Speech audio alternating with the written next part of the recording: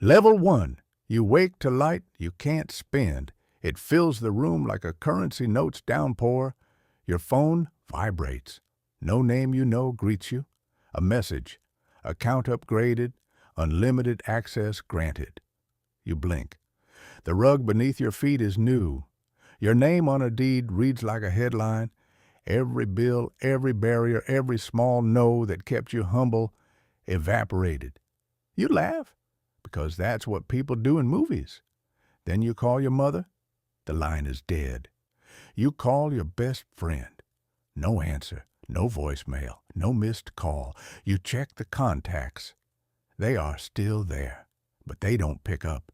You open a window. A skyline you can own rolls out like a map. You reach into your pocket and find a card that opens anything. Doors, servers, vaults, all blue lit and obedient. You stand on the threshold of a life where cost doesn't exist. And already, it's quieter than you ever imagined. Level 2. First day. Wonder. You buy a house that remembers your name. You buy a hotel filled with applause. You purchase art that agrees with you. You eat meals prepared by chefs who bow when you enter. The city becomes a set designed for your appetite. You summon cars that glide like thoughts. You book the sun for a private swim. You invent a charity on a whim and watch your name bloom on donor walls. People come, employees, contractors, consultants. They smile on cue. You host a party where the champagne hums like a machine. You learn the currency converts to anything. You learn how intoxicating that power is. No more lines, no more waiting, no more asking. Every desire becomes an item on a polished menu. But every fulfilled desire arrives polished, practiced, predictable. At night, you lie in silk and listen to silence try to explain itself. You ask, who made it so empty? Level 3. Then you look at photos. Faces you used to call at midnight. Birthday cakes with candles blown out by fingers that were real once. A dog that slept on your shoes. A hand in a frame you no longer can touch. You scroll through laughter like a crime scene. You try to recreate a memory with payment. You hire an actor to play your father. The actor says the lines, but his eyes are rehearsed. You buy a hologram of your ex. It smiles. It doesn't remember the way your laugh used to land on its shoulder. Money can script dialogue, but not history. You send messages that no one answers. You leave gifts on doorsteps that never get opened. You show up at places where your name used to echo and find emptiness instead. The silence isn't accidental. It's consequence. You begin to understand what you cost them. Level 4. You throw money at the problem.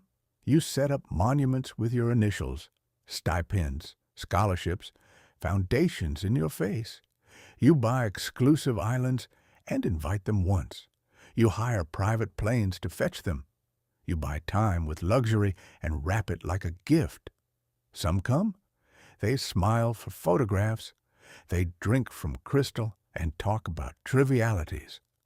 But when the plane leaves, the smiles stay behind. They return to lives where your gravity no longer orbits. You try the opposite. You strip away the show. You go to the places they live without fanfare. You show up with nothing but a name and apology. They look at you the way mirrors look at cracks. Trust isn't a currency you can top up. It's weathered. It takes storms and sun. You realize transactions taught you to price love.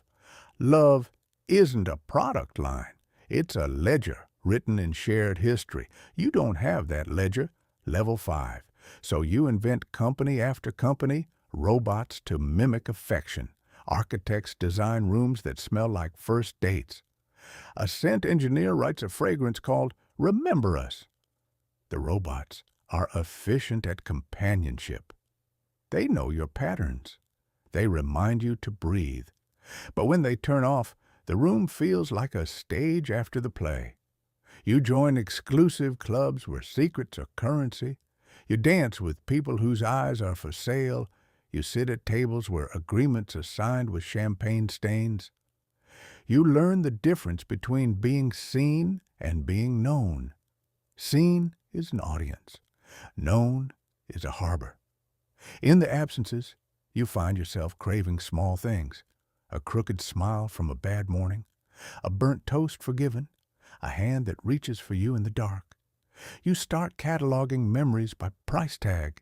You try to pay for authenticity. The ledger laughs back at you. Level 6. You have everything you can imagine and nothing you can't buy. The contrast becomes a landscape. It aches. You go to a quiet place, a cabin you bought decades to build. No staff, no reservations, just you and a fireplace. You take out a box you found in an old locker. Inside, notes, ticket stubs, a dried flower. They are infuriatingly cheap. They remind you of nights sitting on a radiator. They remind you of arguments patched with coffee. You replay conversations where you chose convenience over presence. You see the small betrayals you once dismissed. You confront the moment you chose infinite options over a single hand.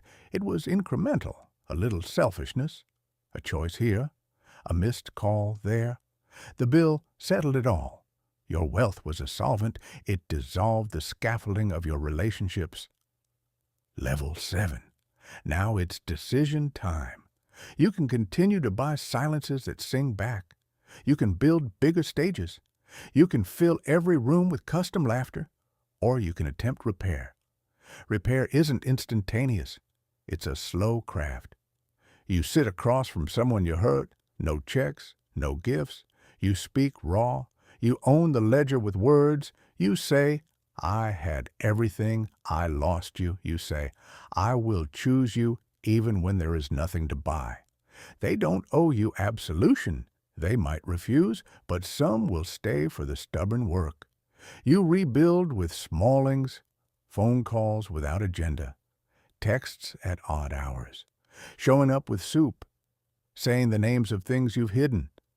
You learn to tolerate embarrassment, to accept a silence that isn't another transaction. You learn to be broke in ways that matter. There are days it feels like starting a country from a single stone. There are days it feels like breathing. Epilogue. Imagine waking again. The light is the same. You have access to everything, except you don't need everything to fill you. You hold wealth like a tool now. You keep the gates, but you keep the keys in both hands. You answer the phone when someone calls. You sit with mirrors that show the cracks and your hands working on them. You learn the most valuable thing is not what you own. It is who owns you back.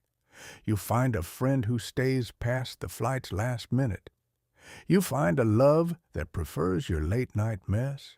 You find neighbors who need your time, not your bank.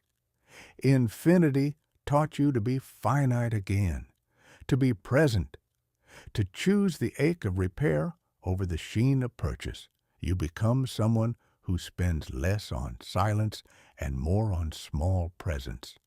Money remains endless, but you finally understand limits, and within those limits, you start to make something